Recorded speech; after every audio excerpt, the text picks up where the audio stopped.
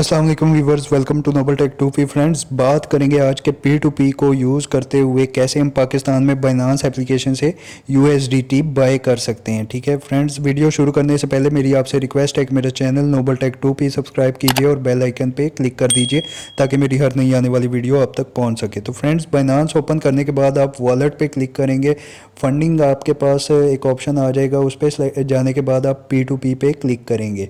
P2P पे यहाँ पे आपके पास बहुत सारे सेलर आ जाएंगे। सबसे पहले आपने USDT सेलेक्ट करना है।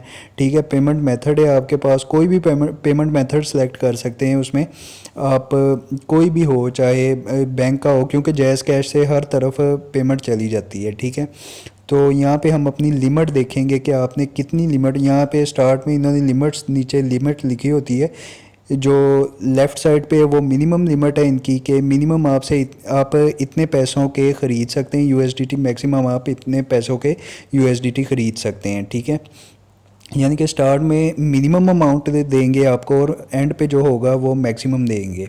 तो यहाँ पे मैं कोई सेलर ढूंढ लेता हूँ, और सेलर आपने वो ढूंढना है जिसकी 90 से अबव ट्रेड्स हों।